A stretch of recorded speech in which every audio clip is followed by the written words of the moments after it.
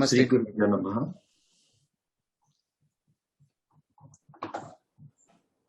Good morning, friends. Very, very happy to welcome you all for this open house discussion and to celebrate the launch of Indica Classical Library. This is a new initiative by Indic Academy, and I'm not sure whether to call this a momentous initiative or not, whether we have the right to call self-aggrandize and say, okay, this is a momentous occasion. But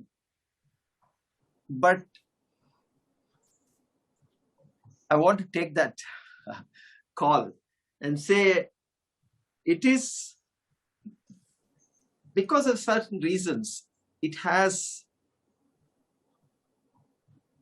gained that nature of what should have been a normal thing, an important thing for a civilization such as ours.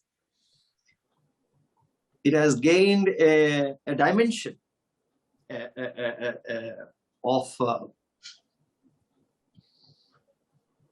Atmanirbhar or Atma Gaurav, like self-respect, not just self-independence, but self-respect.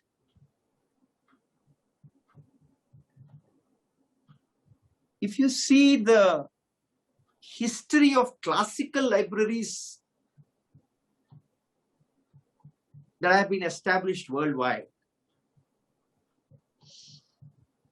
the first one was set up sometime in the 19th century, in 1867 or something like that. And this was set up by a person called John Loeb. And this classical library, Loeb Classic Library, as it is called now,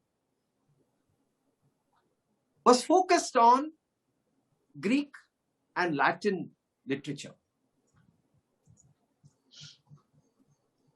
The second one that was set up in the 90s was the Clay Sanskrit Library. This was set up by John Clay, and he had wanted to do 50 volumes. Finally, he did 56 volumes. And the third one that was set up a few years back is the Murthy Classical Library. And today, in the year 2021, we are setting up the fourth classical library, which is the Indica Classical Library. So this is from what my little research I have done, is that there are 4 classical libraries in the world, 1 dedicated to Greek and Latin, and 3 dedicated to Sanskritam and books from Bharat.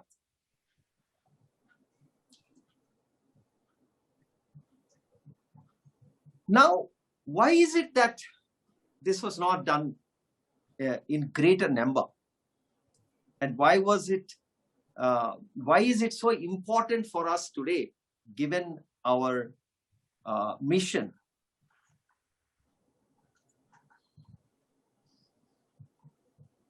I would say that there are 3 requirements for a good classical library. We need good bilingual translators. We need a good curator and a publisher, a good editing and good curator.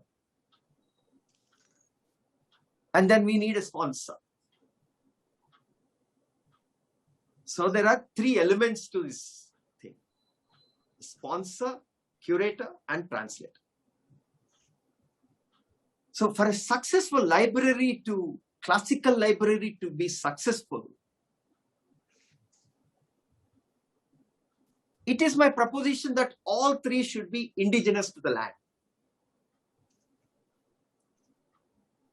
And unless all these three are indigenous to the land, the thought of the indigenous people will not resonate, because it will not respect the tradition. It will be an outsider's perspective.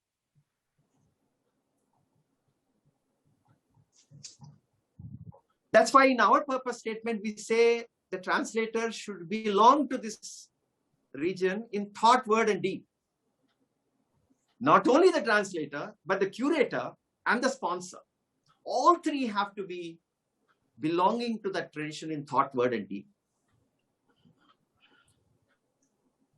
I believe that with great emphasis at my command, that Indica Classical Library is the only classical library that satisfies the criteria of all the three people being indigenous to this land.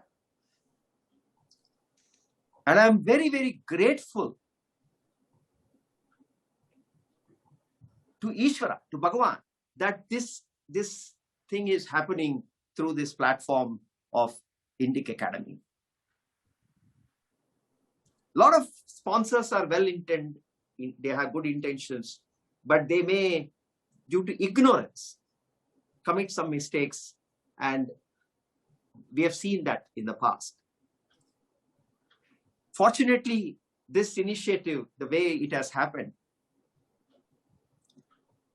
it fulfills that criteria and the purpose which Meg will talk about. We did not set out to set up an Indica Classical Library.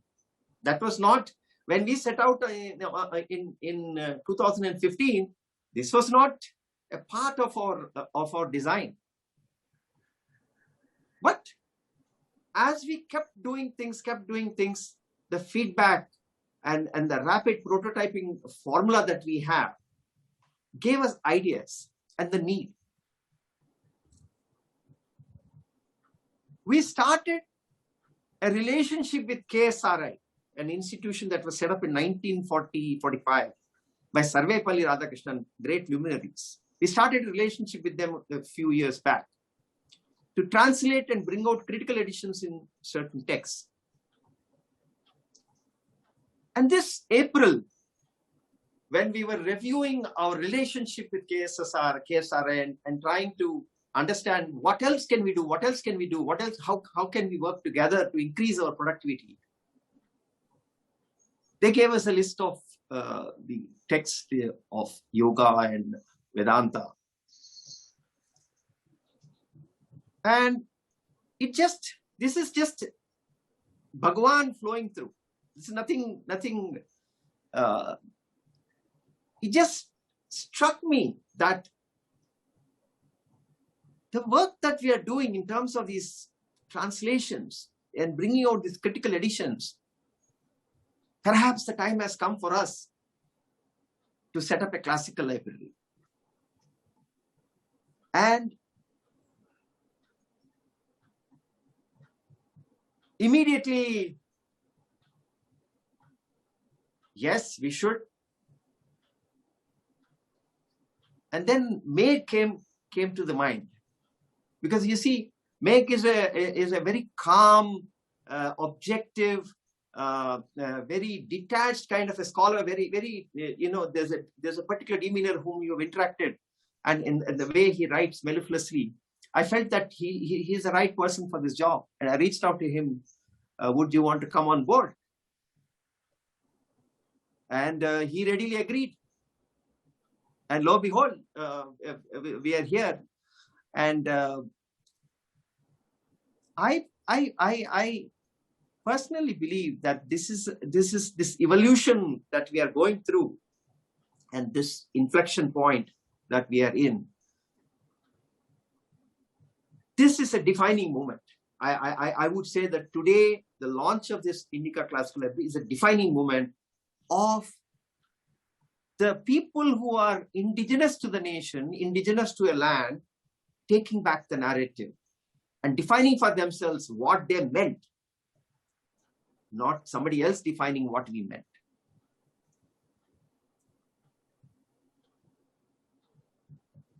We have created a very interesting logo, because there's this discussion about what is classical, and what is the cutoff date for the beginning of classical, what is the ending date for beginning of classical. So there's this question of what is classical. Timeless is what the intuition that I say, that it is relevant at any point in time.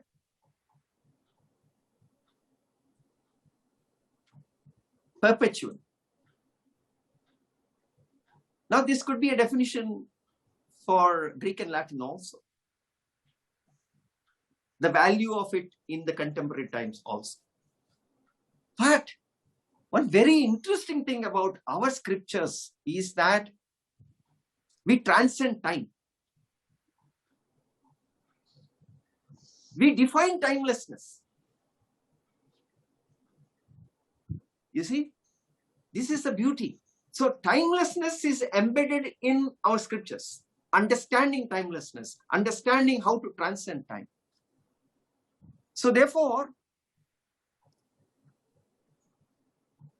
our approach to this whole thing is that every aspect of our scriptures is timeless. Not just a particular cutoff date of 2 BCE, or every aspect is timeless. And we try to capture that in this logo that we have designed, inspired by, in my childhood, I was inspired by a book which treats mathematics, music, and graphic design. There's a very famous book called Gödel, Escher, and Bach. So Bach's music, if you hear, there's a very certain precision in the way he and then, so this book talks about the intersection of these three. And then I just resonated, because I'm a great fan of Escher, and I've got his prints and other things. And his entire thing, if you look at his documentary itself is Journey to Infinity. So his entire work is about metamorphosis. It's about perpetuity, perpetual motion, and all that. So I was just struggling with that idea, saying that let's look at Escher. And sure enough, Escher has created the 3 knots. The knots, his work on knots. And from that, we recreated that to put our classical books. And the way the knot structure is in terms of the past, the present, and the future. And the intersection is the timelessness. And again, going back to the sponsor, the curator, and the translator, all 3 belonging to the indigenous. So with that, I want to showcase to you our logo once. Koti, can you just show the logo? Yes. So this is the thing. So you can see all those leather bound. Yeah, you can just share. Yeah. And this is perpetual. This is perpetuity. So we are talking about classics. We're talking about timeless books. We're talking about books which make you understand timelessness. And therefore, this is the concept behind, this is the philosophy behind our Indica Classical Library. And now, ladies and gentlemen, I commend to you my friend Meg Kalyan Sundaram, the curator and the director in charge of ICL. I would request him to take over the proceedings. Thank you so much. Om Shri Guru Pyo Namaha. Namaste to everybody. Thank you so much, Hari Kiranji, for setting the stage up so well and giving me this opportunity to connect with the audience that we have today. I'd like to begin with a small dedication to a couple of our knowledge systems in Sanskritam through a small song. Saraswati Namastubhyam Varade Kamarupini Vidyarambham Karishyami Siddhim Bhavatu Me Sada Shruti Smriti Purananam Alayam Karunalayam Namami Bhagavatpadam Shankaram Lokashankaram Purana Nyayamimamsa Dharmashastranga Mishritaha Vedaha Sthanani Vidyana Dharmasya cha Chaturdasha Ayurvedo Dhanurvedo Gandharvashchaiva te Trayaha Arthashastram Chaturtantu Vidyaha Ashtadashaivatah Om Shanti Shanti Shanti. Thank you. So this song actually included two verses, one from the Manusmuthi and the other from Vishnu Purana, attesting both Chaturdasha Vidya and Ashtadasha Vidya, frameworks of knowledge systems which are indigenous and attested in our texts, which is but a natural starting point for Indica classical library, while we won't remain limited to it, but it is definitely a starting point.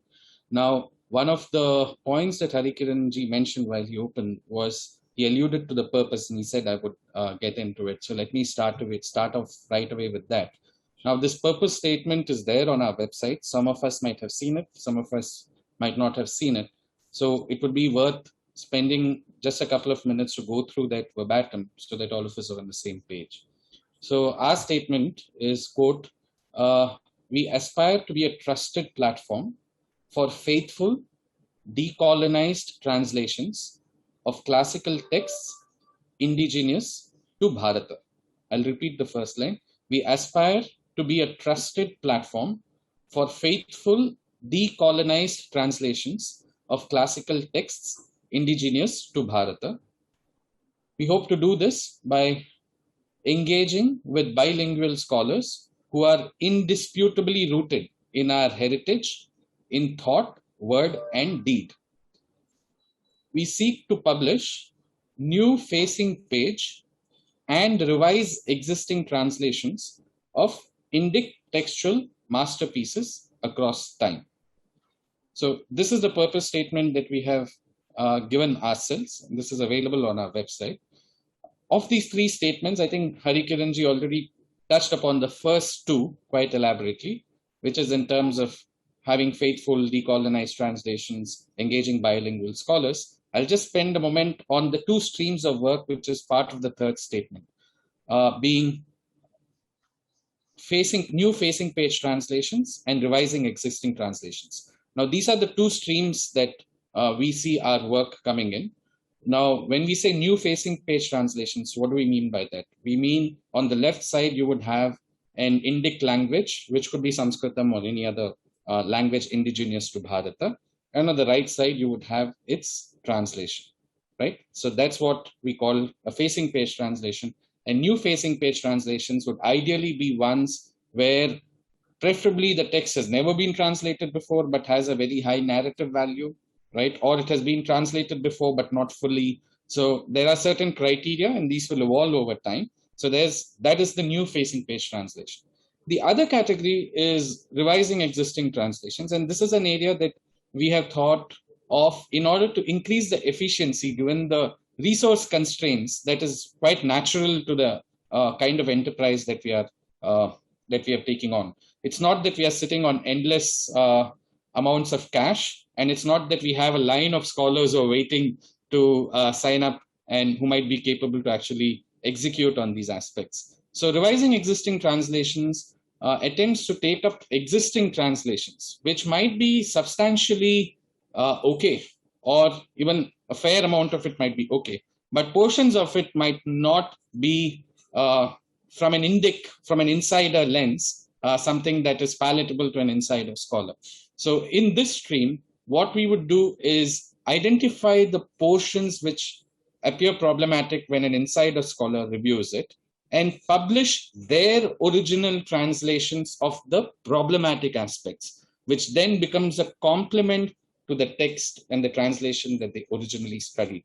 So through this, in revising it, so what we are doing is not reinventing the wheel where stuff might actually already be okay, but also provide the necessary correction so that when these two are taken together, people will have access to something which is fairly from an insider point of view, right? So these are broadly the two streams of work: new facing page translations and revising existing translations. So with that, that's the purpose statement, and that's what we hope to set out.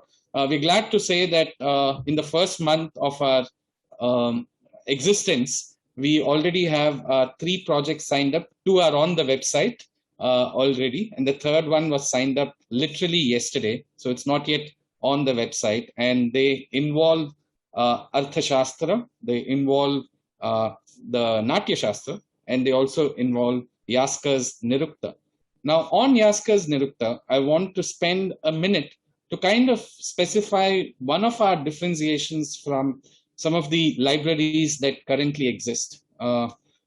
If you look at one of the recently launched libraries, I don't want to name it, it focuses on India as well. Many good aspects about it, but there's a very interesting mention in their introduction. And I say interesting in the British sense of interesting, because it actually says, and I'll read this out verbatim, it says, what we know as Indian literature today is constituted by multiple languages, each of them drawing from a vast pool of literary practices. The great sources of this pool are the Sanskrit tradition, beginning in the first centuries of the first millennium BCE. Now, this is explicitly mentioned in the definition of what constitutes Indian literature in the classical library. Note this again, beginning in the last centuries of the first millennium BCE. Last centuries of first millennium BCE would roughly be 200 BC, let's say 250 BC, maximum 300 BCE. So where would a Yaska's Nirukta fit in? Now, by most conventional, even by the status quo dating of Yaska's Nirukta, we are looking at a 500 BCE text.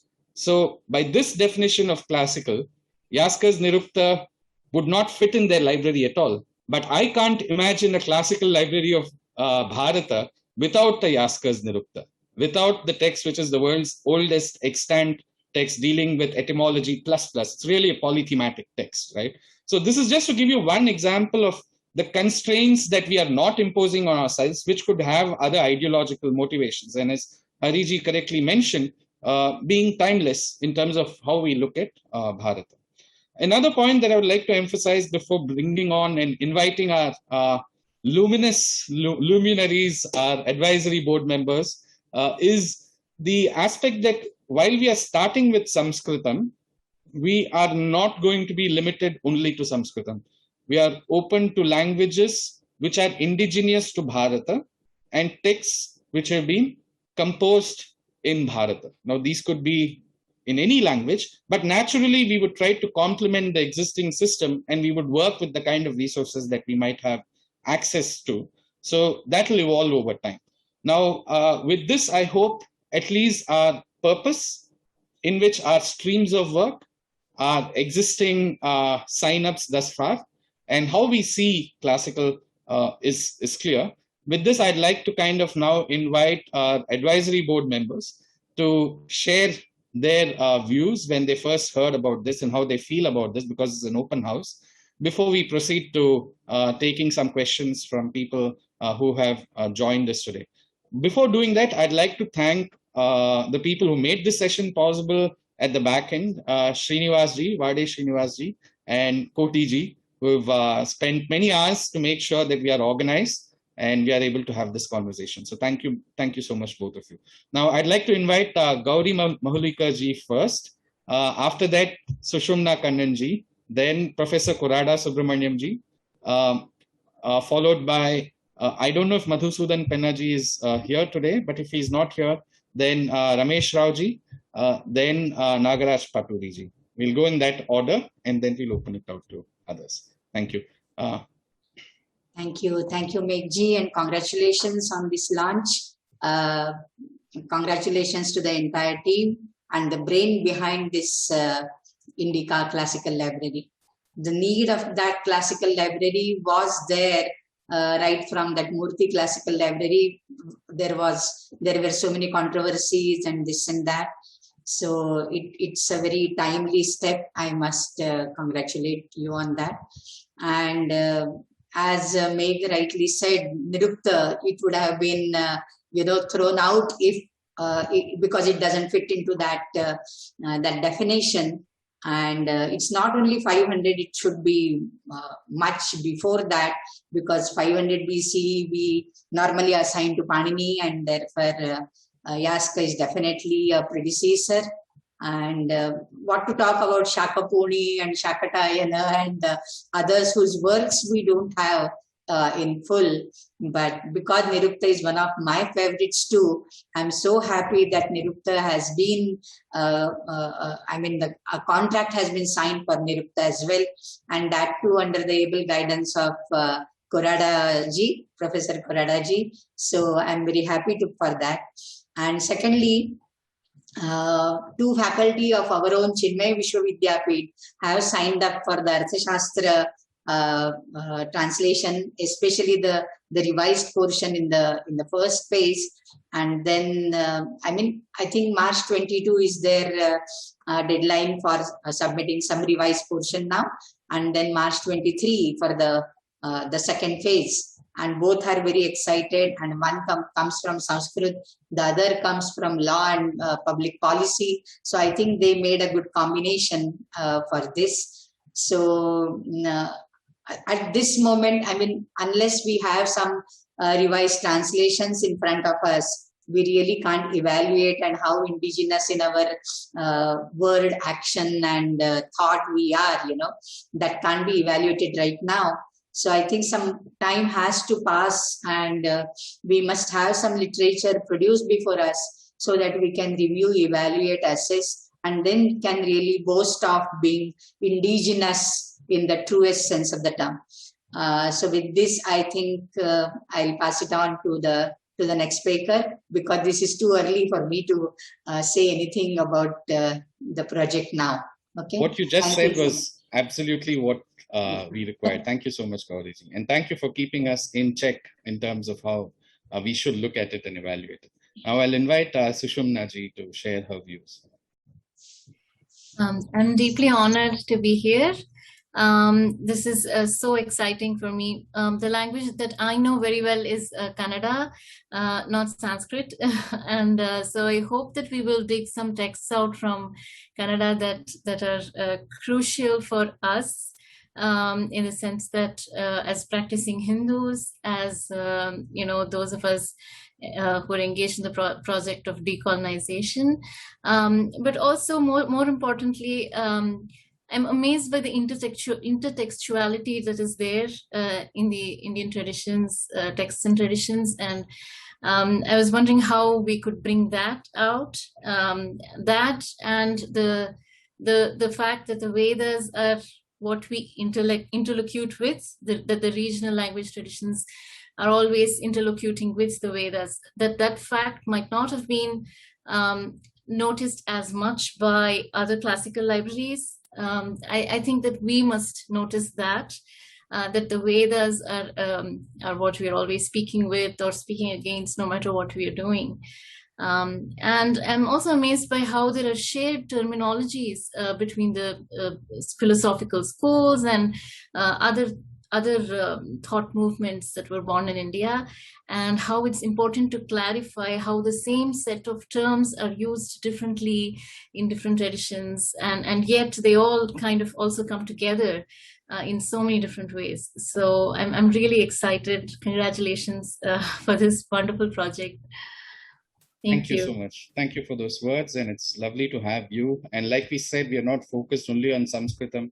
So Sushumna ji presents that aspect of this library from point of view of advisory boards, and we hope that this would grow over time and include other languages as well. Wonderful to have you. Thank you so much. Now I'll invite Mahamahopadhyay Kurada Subramaniam ji, who has been guiding us through this process informally, formally, blessing us in many ways to share his views on this project. Thank you.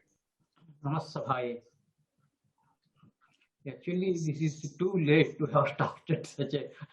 I congratulate Harikiranji and Megha and others because this is expected long ago.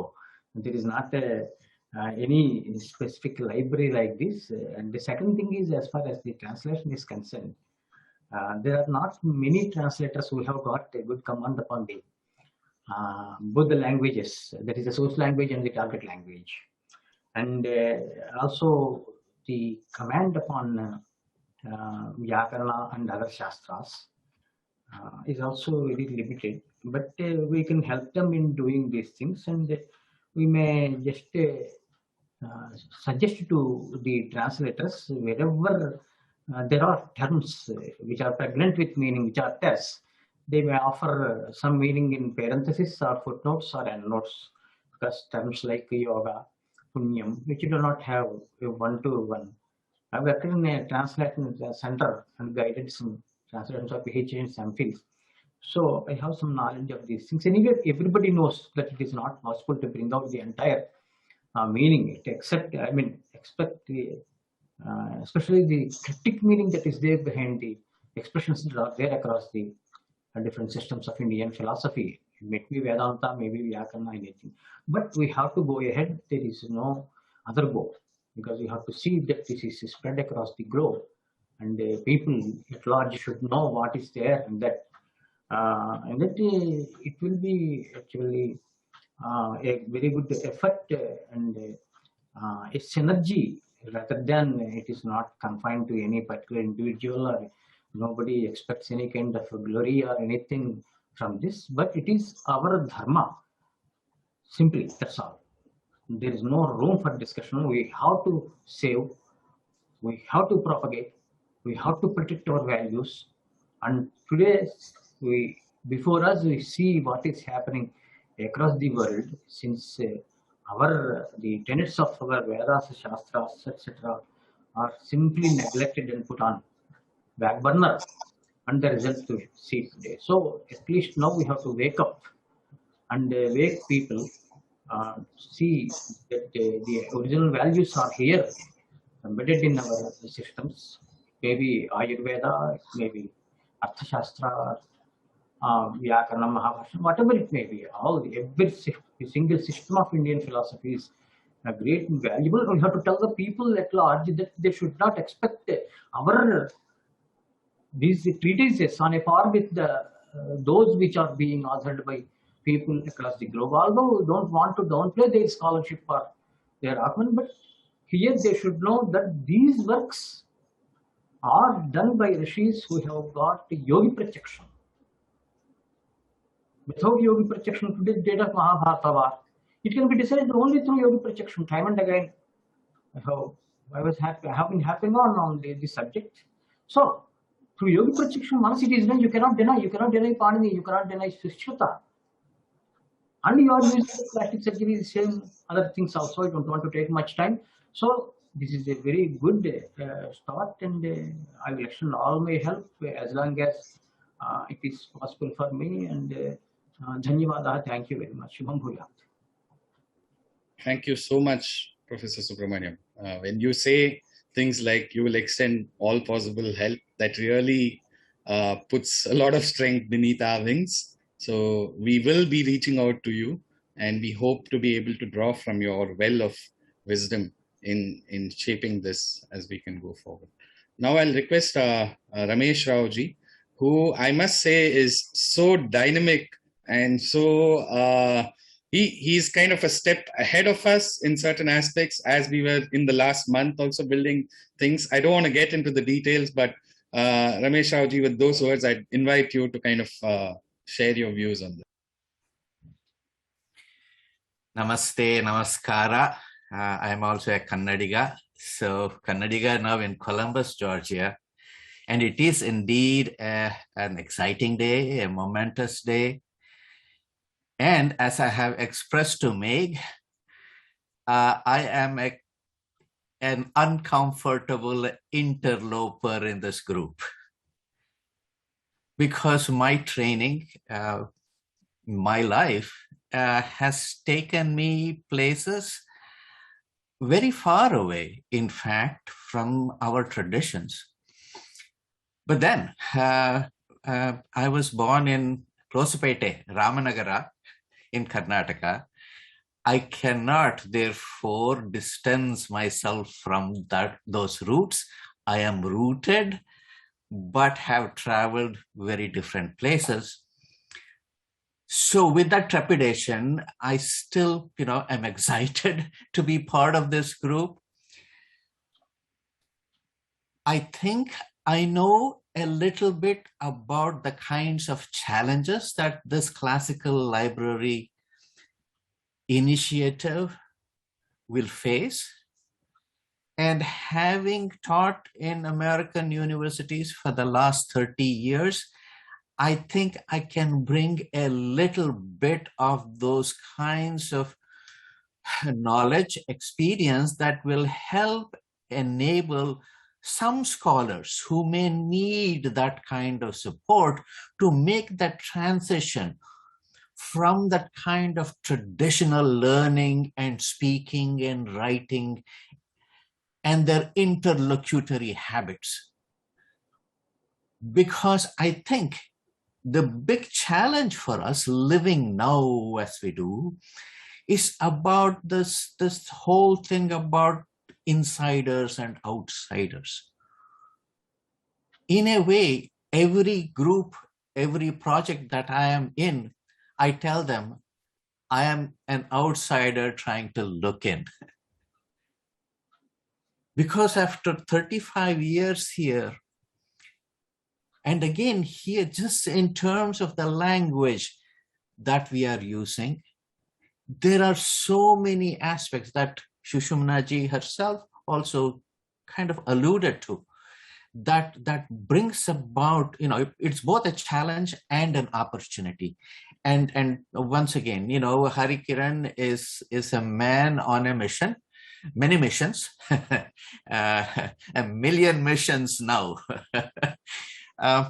which again, we need those kinds of, I hate to use the word sponsor, but that kind of energy to enable these kinds of projects to take shape, to bear fruit.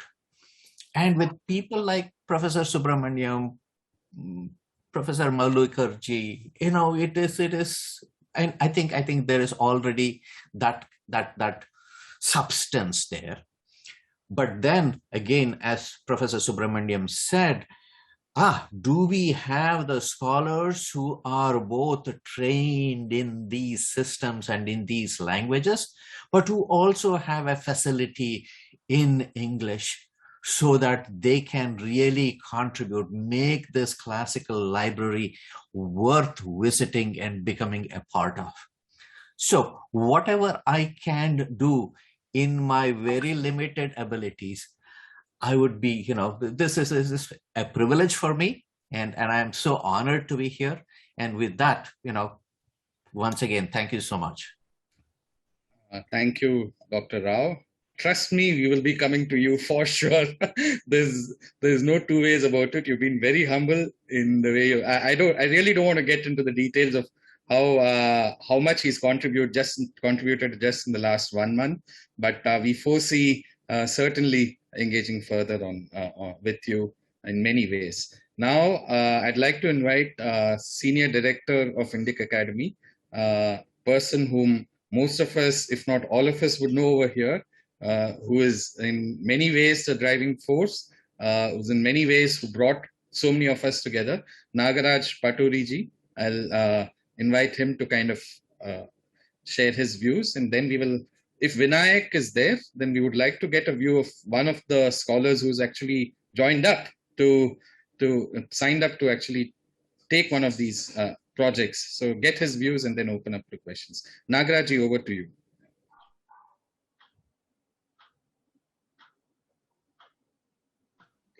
Yeah, I'm able to see Altansji also here. Altansji, will you please give your views also? I'm here, Nagaraji. Yeah. Please switch on your video and please share It your may video. not be very presentable. It's late night, but okay. Yeah. Okay, Please. namaste.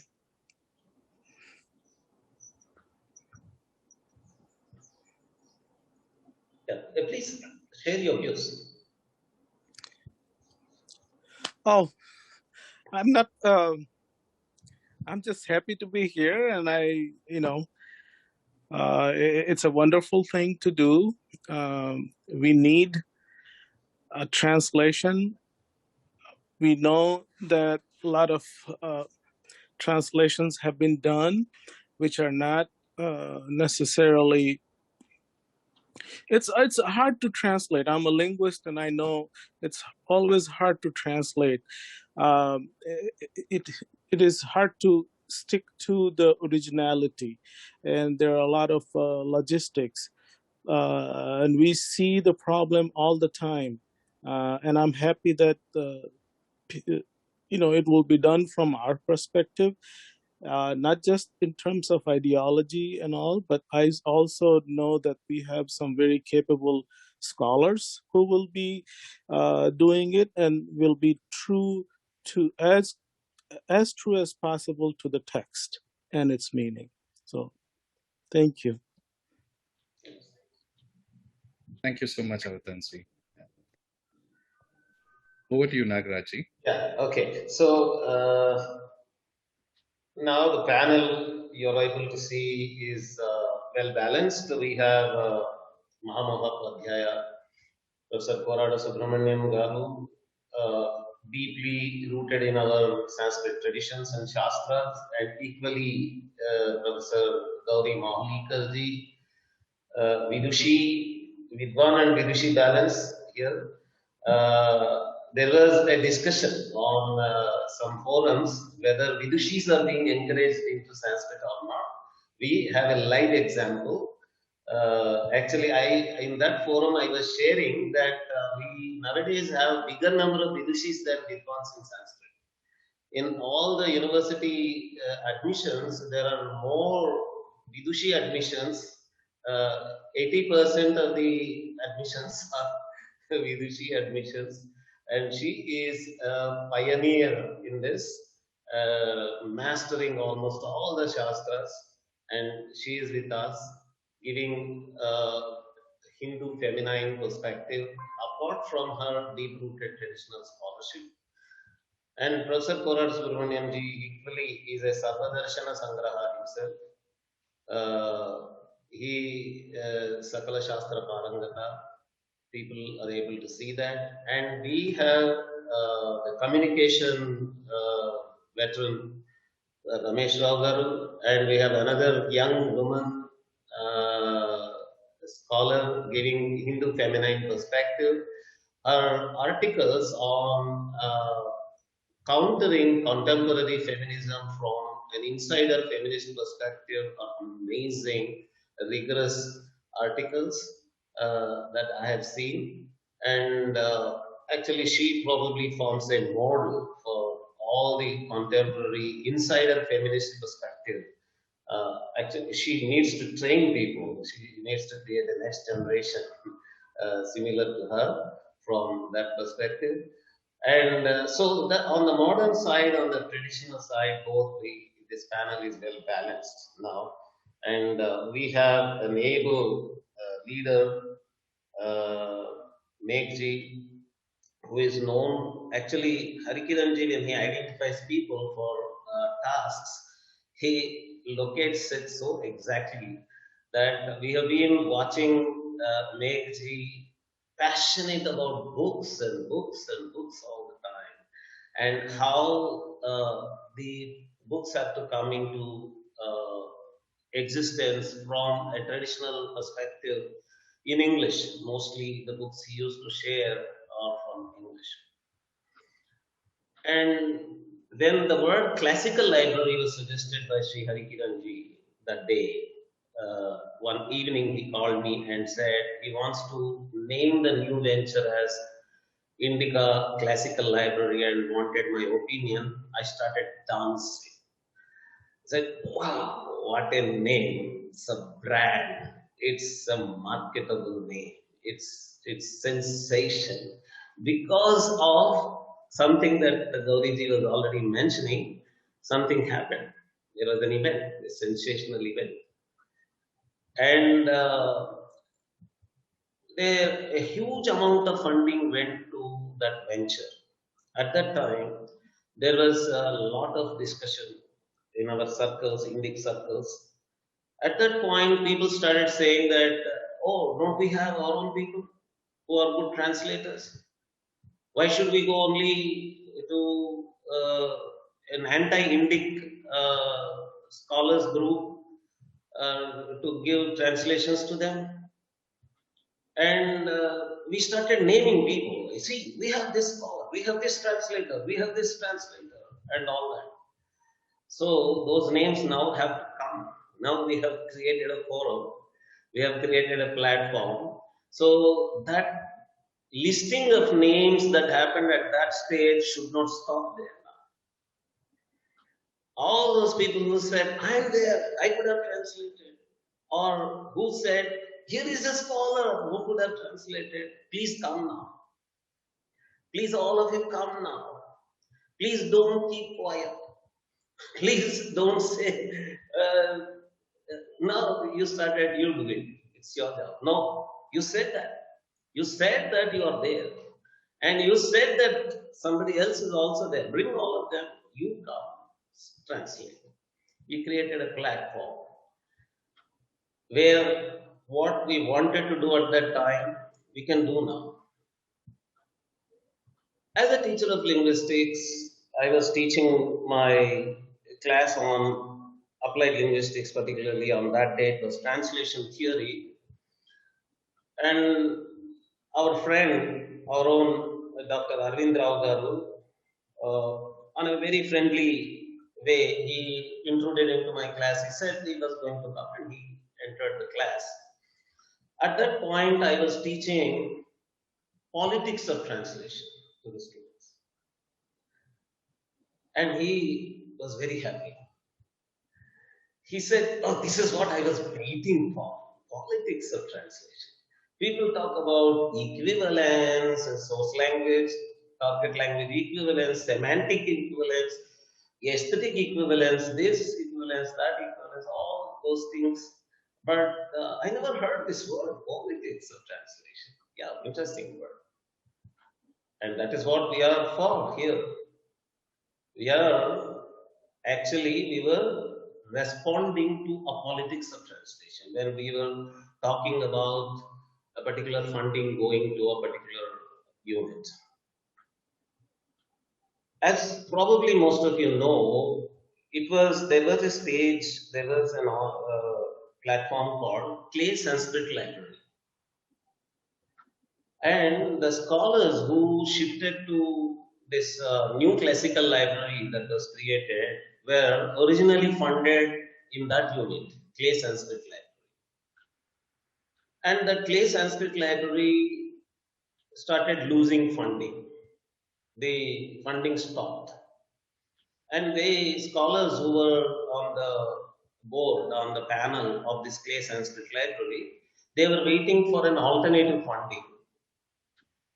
And it was at that time that a young man, the son of an affluent investor in India, he was impressed by his teacher there. It was not even a teacher, he audited a class of Shabara Bhashya by this controversial Indology scholar.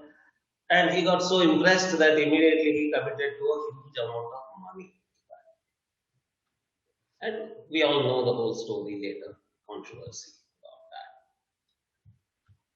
that. And in an email forum that we are all in called Bharatiya Vidvat Parishad, there repeatedly were discussions about the correctness of these translations, problems with those translations. One of them was on the Ramayana translation by one Professor Robert Goldman.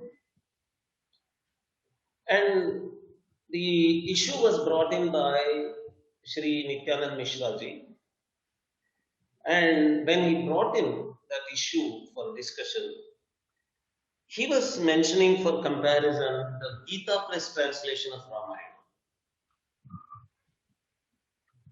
And he was trying to show how Gita plus translation of Ramayana has the insider perspective compared to Robert Goldman's translation. He was pointing out issues with the Robert Goldman's translation right from the very beginning. For example, Kritagnyascha. At the level of Kritagnyascha itself, the word Kritagnya itself has been translated by Robert Goldman in a way that is not acceptable to a traditional insider. He brought in. Actually, it is interesting that Sri Nityanand Mishra originally had a very great opinion about Robert Goldman's translation, but gradually began to realize the problems. We have an interview by Sri Rajiv Malhotra ji with Nityanand Mishra ji about such translation problems and all that. At that point, one thing that came out was the Gita Plus translation price-wise is cheaper, approachable to all Indians. They can easily buy. It's a charity, so they priced it very low, and it was very much available. But still, if at all people were preferring Robert Goldman's translation, it was because of a foreign name attached to it, an American scholar translated. Probably that adds a value to that translation.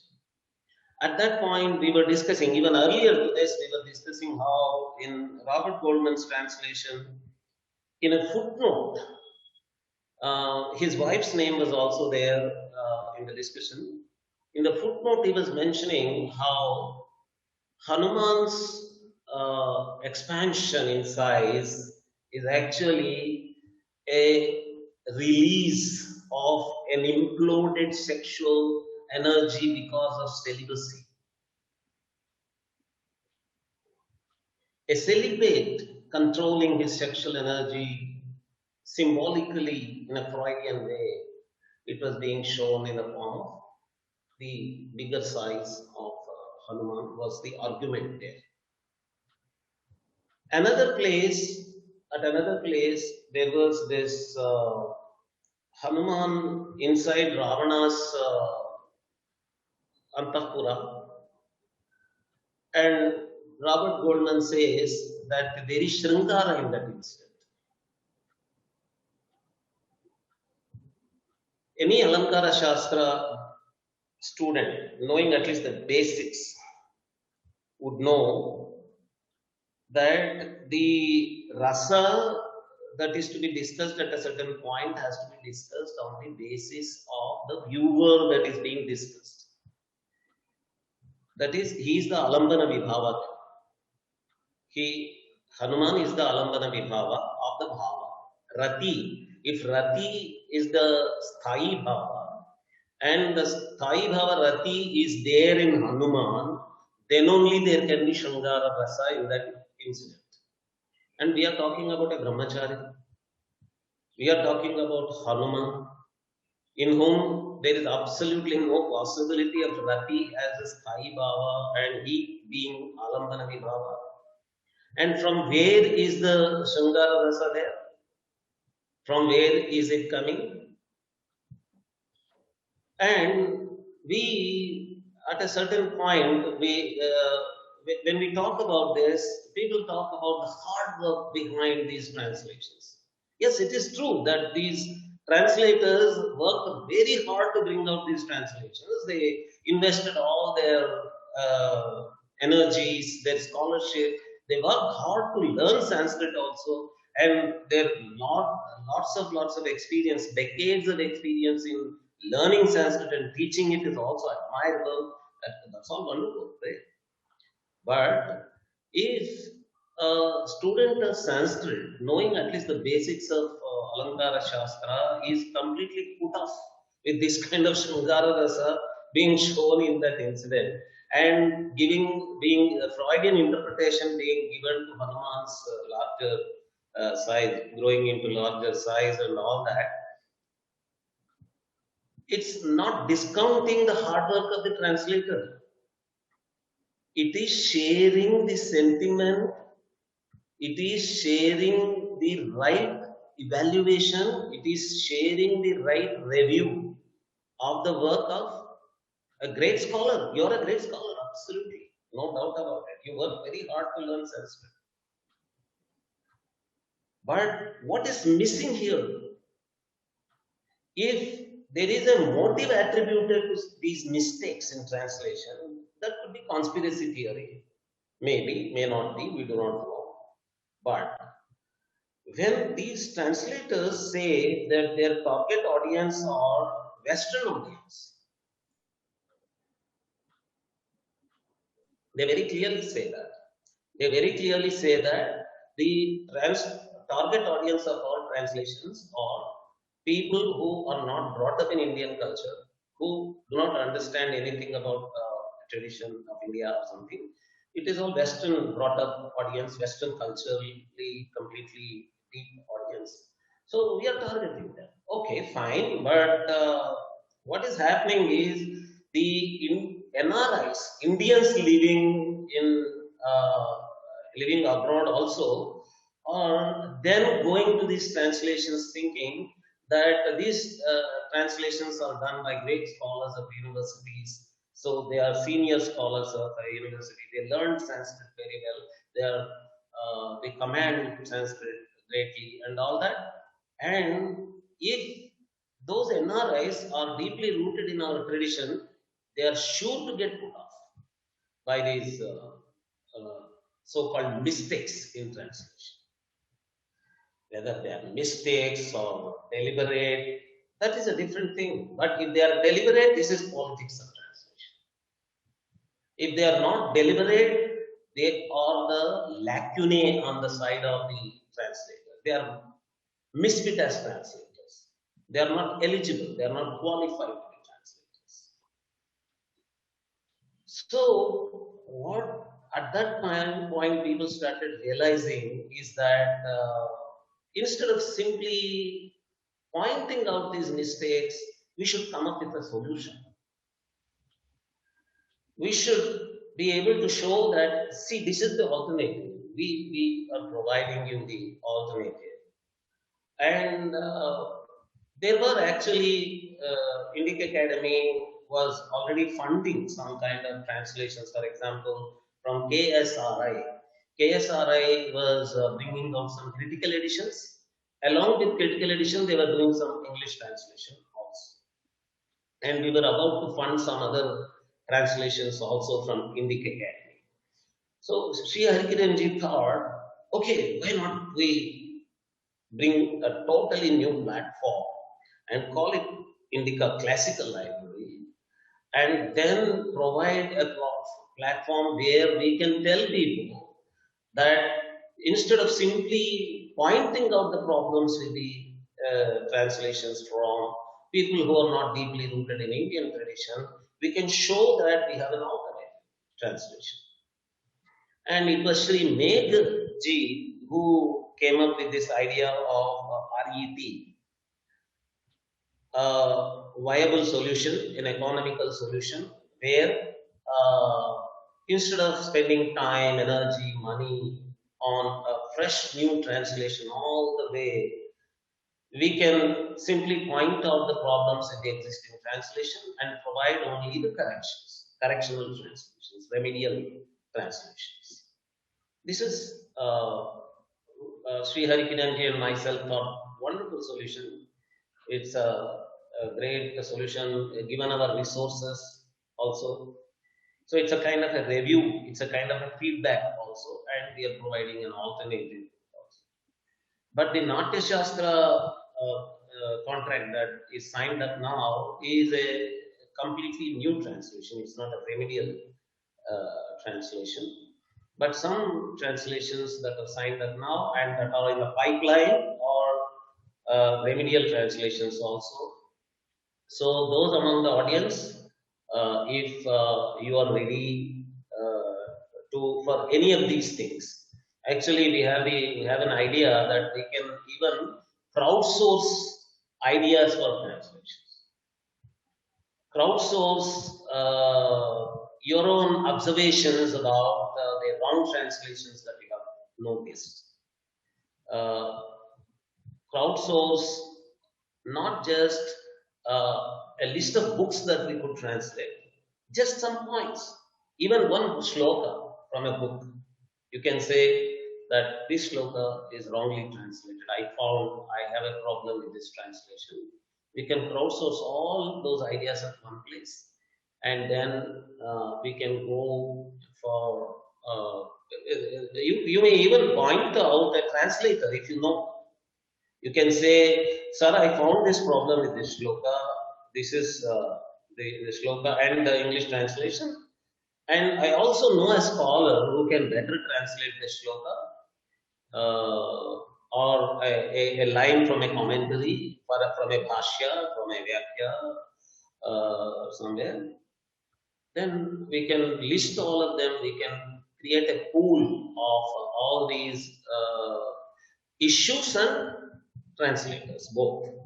A pool of issues, pool of translators also, and then create a plan for rectifications, remedial translations, and we can go for Sri Meghji is negotiating for a Rigveda translation, first mandala translation also. I think it will be crucial very soon. And we have many other crucial classical works in the pipeline. For us, classical works include Rigveda also, not 3rd century BCE or 250 BCE.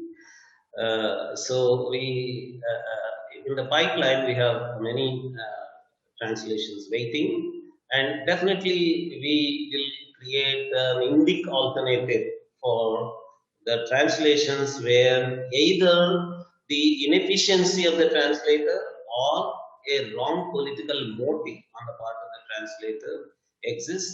We will correct both. That is our goal. So with this, I'm very, very glad I should share that the Indic Academy umbrella is enriched by this Indica Classical Library wing, and the leadership from Sri Meghji, the dynamic, ever young, ever creative, perpetually aggressively creative Sri Meghji is leading this unit, and we are hopeful of lots of productivity in the unit.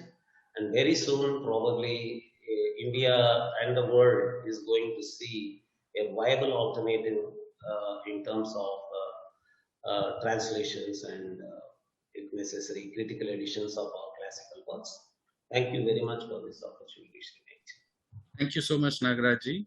It's a team effort, and all of us will need to lead this together to make sure that we can come out with whatever we have in mind. But thank you so much for actually elaborating on certain very specific aspects and also giving a view on what is upcoming and breaking it down in terms of some of the issues that we're looking to deal with. So that's great. Thank you so much. I'm mindful of the time. It's 11:06 right now. I know people in USA particularly must be sleepy. So can we just take 10 more minutes if that's okay? We'll get a perspective from a scholar who's actually signed up, which is where the rubber meets the road, so to speak, to start with, and then get some, there are a couple of questions at least, and one person who wants to share a view that I see in the chat box. Is that okay, Harikiranji? Can we take 10 minutes more?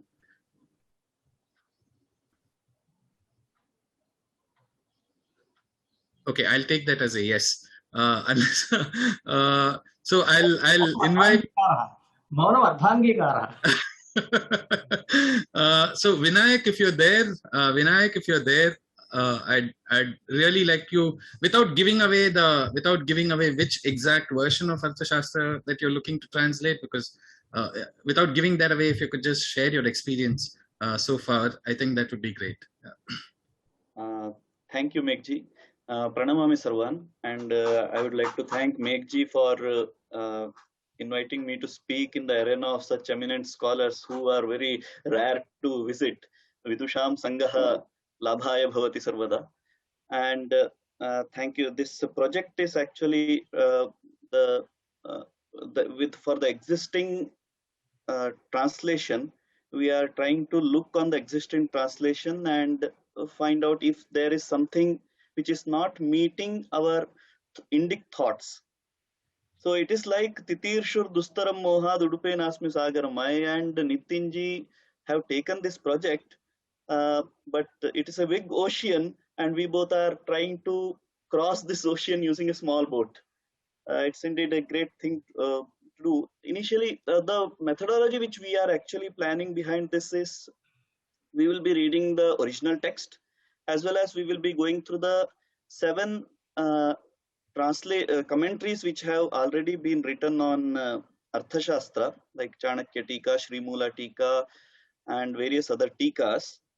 Though all of them are not in a complete version, but still we will be looking each one of them, and we will also be referring to some parts of Mahabharata like Shanti Parva. We will also be going through Shukraniti, Viduraniti, etc. Why we want to focus on these texts is to understand what really Indic thoughts were, because Chanakya actually is taking, Chanakya is doing the sangraha of the previous Arthashastrajnas, where he says, Prithivyaha labhe palanecha yavanti Arthashastrani purvacharyaih prayuktani tani samhritya ekamidam Arthashastram kritam. So, all the thoughts which are there in Arthashastra is, most of the thoughts are basically taken from the previous acharyas. So to understand what really Arthashastrakara Chanakya wants to say, we must understand these versions.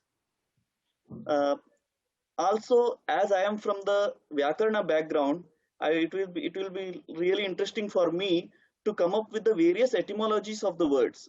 Chanakya is coining some very new words which is not being used in Laukika Samskrita Bhasha. There are many words which, and the way samasa is a compound word, the compound word which he is using can have 3 or 4 different vigrahas. I don't exactly remember one of them, but when we were discussing, I and Nitinji were discussing, we got 3 or 4 such places where just by changing the compound, the meaning itself changes. So there are possibilities that because of this, seeing the compound words in only one way, the meaning would have differed. So we are also focusing on that, and we will be trying to come up with the version which suits our Indic thoughts. And thank you all, especially Harikiranji and Meghji, who felt that we can do this work. Thank you very much. Thank you so much, Vinayak. It is also, I see it as a sign that our first contract has Vinayak in it, which is a Sri Ganesha for our entire project. So I think he spelled out the methodology in a fairly lucid way, and I'm really looking forward to the output. We actually have a structured way to, measure it over time, and it's all tied into our new contract. So great, Vinayak. Nitin, for the shortage of time, I'm not inviting you to speak on this right now, but I know that you're with Vinayak in every step, and in another forum, we would love to hear your views as well. I'm just quickly now going through some of the questions which are there, and there's one speaker, I think, who's requested, Sahishnu Bhattacharya. He's requested for a few minutes. In Sahishnu, we'll have to make it really short, maybe a minute or two, but after I answer some of the questions. So Vijay Raghavan has asked, you were asking me something? I was asking if we had 10 minutes more at that point of time, and decided we'll go ahead. So Vijay Raghavanji has asked, when can we expect to have a translation of Manusmuthi? So Vijay Raghavanji, I don't have a pat answer in terms of a date right now, but what I can tell you is it's certainly in the list of things of our priority list. As you might appreciate, we have right now a set of criteria that we use, which would evolve over time to prioritize the resources that we have. And from a narrative point of view, Manusmuthi, of course, is extremely important. I don't have a pat answer right now, but other than saying that it is very much in our focus, and hopefully we'll be able to announce something new on that. Subsequently, somebody has been spamming saying good video maker. So I'll ignore that. There's a question, sir, what would happen in Indic library? I think that has been answered. Rajiv Srinivasan ji is here. Thank you so much, Rajiv ji. He's asked a question. He said, awesome logo. Is it copyrighted? I'll request Hari Kiran ji to answer that question on the copyrighted part of it. No, not yet. Not yet. So that's the answer on that. And library would consist of only translation or even of scientific work in them. So this is a question. It's saying only translation or scientific work. I don't think we need to see them that way. I think we should see if there's a text which is scientific, and if it's in a language that could use a translation, then we would be open to that. For instance, if you take, I'm not saying we are doing this, but to take another chronologically significant example, Vedanga Jyotisha, for instance, is conservatively dated to the 2nd millennium BCE, early 2nd millennium BCE. Now, that has several aspects which one would consider scientific. So there's nothing that stops us from taking that up if it meets certain other criteria that I said is evolving. So I hope I answered that question, that we won't be limited that way. Finally, yeah, there are some good wishes. Thank you so much for that. Now, Sahishnu wrote a very long and thoughtful email yesterday. He's also a participant in BVP. So if his microphone can be enabled for a couple of minutes, Sahishnu, you could just add your views, and then I'll hand it over to Hari Kiran ji to close this. I hope I've not missed anything else. Sahishnu Bhattacharya, could you raise your hand so that Srinivas ji can enable your microphone? Can you hear me? Yeah, I can hear you. Go ahead. Okay. So I'll just keep it very short. My namaskar to all the eminent scholars here. There are these 3 issues I want to point out. That in your objective, there was a need for decolonized translations. And in my work as part of hermeneutics and of the Western episteme in general, I have found 3 important problems that need to be kept in mind. Number 1 is the problem of translation.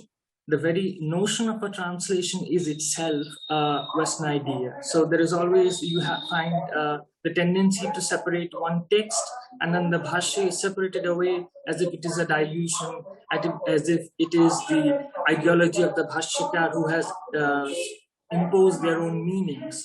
So these sort of things need to be kept in mind. So I believe Professor Kuradaji has elsewhere spoke of this, that the Shastras need to be seen holistically, that without that context, that text can't ever be understood. So that's one important point. The second is the problem of... Is there a disturbance in your background? Sorry? Is there a disturbance in your background? There is some disturbance that is coming. Yes, there was a procession going by. I'm so sorry. Should I say it again?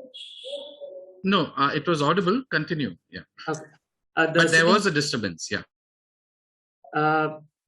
It's just that when we do the translations, we should take into the idea that it should not necessarily be one-to-one, one text to one, but also taking into context the pravaha of the shastras, the immensity of the bhashyas and the tikas that have accumulated. The received tradition should be given more importance than only selecting one strand of a text and saying this is the primary, and everyone just added their own opinions. The second is that of the problem of curation. Sometimes this problem was raised and talked about here, is that what defines classical? The most of the Western thought has seen classical as a chronological idea, something debounded by time. But as Professor Paradaji said, that we are often neglecting the yogaja pratyaksha, the very idea that something may be authored as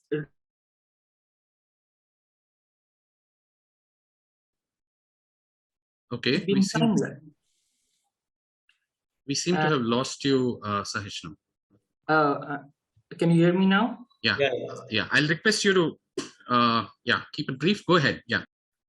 So it's just that the idea that classical need not be a chronological term from the Indica classical library's perspective, but that the wisdom that has flowed throughout the millennia here can be something that goes as far as back as the Rig Veda, as well as something that goes back only up to 200 years. It's the wisdom that is classical and not the text itself. That's the logocentricity of the West.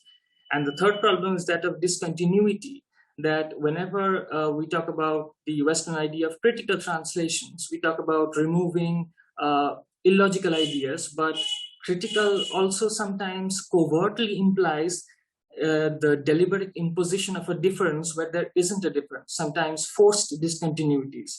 So sometimes you see that scholars placing divisions like this is Hindu and this is Buddhist, but when it goes into the deep depths of the sadhana, you see that they're all merging into the same ocean. And we see that there is continuity, but that it becomes a problem of methodology. So these are some of the points I just wanted to highlight. And I think that this is a great enterprise that we have started, and this is a momentous point in Indian history. Thank you very much for this opportunity. Right. Thanks, Sahishnu. I'll just have a very, very brief, within 30 seconds response to the 3 points. I think Vinayak addressed the fact that how they would not be looking only at the text, but also looking at the bhashyas, and therefore approach it as holistically as we can. In certain cases, that might be possible. In certain cases, that one-on-one might be hard to exit. But I think Vinayak has already indicated how we will think about it. When we think about classical, certainly it is not Indica Classical Library's position to think only chronologically. The point that we belabored was that we will not have chronological limits, but at the same time, if you look at other definitions of classical, typical dictionary definitions, there is a quality dimension to it, there's a time dimension to it, there's a space dimension to it. So we will certainly be open to all of these three. And as regards your third point, that is also factored in, and we will make sure, but these are good points to think about, certainly. So I appreciate you foregrounding all of these. So thank you for the engagement. It's good to hear people come so prepared with these points to this discussion. So that I think also shows the interest this initiative is generating. And we hope to have more people like these. So with that, I'll hand it over now to Hari Kiranji for his final closing views. Unless I've missed something else. Yeah. No, you carry on. You can conclude. Okay. So is there anything else? If there's anything else that any of our panelists, particularly any of our advisory board members want to add, we could take that. Otherwise, given in the interest of time, I'd like to once again thank everyone who has taken time out today to be here. Some who signed up but could not make it over here, but showed your intention to signing up. We need the active support of each one of you over here for this to find enough momentum so that when we visit next year, this same project, maybe on the same date, we would have something substantial to show in terms of the output. So we will need all your good wishes and blessings. Kurada Subramaniam ji has his hand up, so I'll request Kurada ji's views. Just only one thing, see, throughout in this classical history, Vedas are not dated. Vedas are Nitya. They have been there. And people are saying 3000 BC, something, this thing is clearly stated in Brihadaranyaka Upanishad. So if anybody comes with such kind of proposal that Rigveda belongs to such and such a Veda Kala, they say, Rigveda Kala has become a very bad habit. I could not tell time and again to people, so I kept mum. So please see that Vedas are Nitya. It is our tradition. It is there in Vedas itself. We have a lot of proof. Okay, thank you. Absolutely, Professor. We will be very careful in adding any particular year, and we will make sure that it is qualified if we do so so that it is so that's an pet area of interest for me as well. So we will make sure that at least the sufficient disclaimers are presented over there. On that note, I think we will end this session of blessings from our advisory board members, some interesting points from some of the participants, and of course the vision and the goals which Harikiranji emphasized and Nagaraj kind of added to it and expanded in terms of some of the detail. So on that note, thank you again. And I look forward to an active, involved participation. Please write to us. Our email addresses are there on the website. We'll go visit our website. Please keep a track of what's coming out and keep your ideas flowing in. Thank you. Jai Hind.